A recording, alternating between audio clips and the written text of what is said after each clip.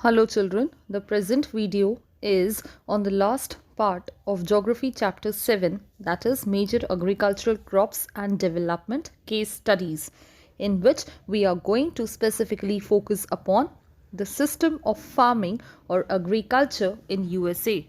We will discuss about the system of farming and life of a farmer in the prairies, which are the temperate grasslands of North America. Children, you are already acquainted with the fact that USA is one of the most developed countries of the world. But owing to the fact that agriculture holds a very small position in the huge economy of the United States of America, only 2% of the total working population of the country is engaged in agriculture, and the share of agriculture in their annual or national income is merely 3%. Despite of this, the agricultural development in the country is a story of success and prosperity. Let us focus our attention on the specific characteristic features of the system of farming in United States of America.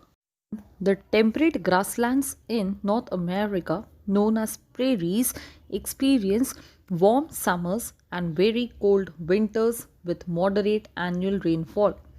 But the people of the region have managed to bring about a transition in the grassy plains into leading grain producing regions of the world through the application and implementation of scientific methods of farming and technology. That is why the prairies are referred to as the food granaries of the world. Extensive commercial farming, which is basically premised on the production of huge surplus mainly for the purpose of trade, is popular in USA as the cultivated plots of land are generally extensive. Also, large farmlands are owned by individual farmers as the population pressure in the prairies is less. The crops that are mainly grown in the region include wheat, maize, oats, soybeans, barley, sugar beet, potatoes, tobacco, etc. Scientific methods of farming like crop rotation, counterplowing, strip cropping, as also large scale use of machines are made by the farmers in USA. The farmers also make use of variety of farming tools like seed drills, harrows, sprinklers, harvesters and combines. Also, the big steel sheds called silos and warehouses are owned by the farmers in their lands for the purpose of storing the grain. The Chernozem soils of the farms in USA is ideal for wheat cultivation. Also, the use of chemical fertilizers, insecticides and pesticides help in further maintaining the soil fertility and protecting the crops.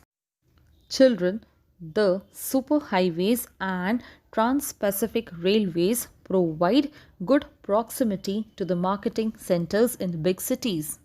So children, from the comparative study of the system of farming and agriculture in India and USA, it can be concluded that while India has small farmlands, USA comprises of large farmlands. Intensive subsistence agriculture is practiced in India, whereas extensive commercial farming is popular in USA. The family of the farmers in India is involved as a whole in the farming, whereas very few members in USA are involved in this occupation. The farmers in India usually live in villages, whereas individual farmers in USA own and live on their own farmlands. The livestock in India is not well developed, whereas in USA the livestock is quite or highly developed. India still lacks the modern methods of agriculture, whereas USA is well equipped with the modern and scientific methods of farming and agriculture. So children, Here we finish with the chapter. Thank you.